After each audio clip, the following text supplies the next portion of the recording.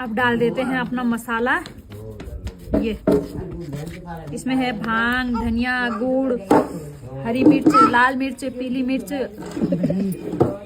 साथ में है दही, चीनी और पपीता, नींबू, मूली, सेब, साथ में ये दही और ये है भांग का नमक। साथ में आप ऐड करेंगे दही अपना। ये गिरेगा पंकज, दही कम हो गया यार। अच्छे से साफ कर कटोरा। फिर भी अच्छा, मलाई मलाई अच्छा हो ना थोड़ा।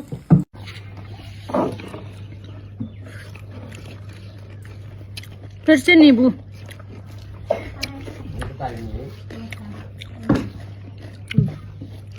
कम खाती हूँ कम। कम हाथ जो, ज्यादा नहीं खाया जाता मुझसे। मुझसे ज्यादा नहीं खाया जाता ये। ज्यादा होगा गिर भी जाओ। ये लोग ज्यादा खाते हैं, मुझसे नहीं खाया जाता ज्यादा।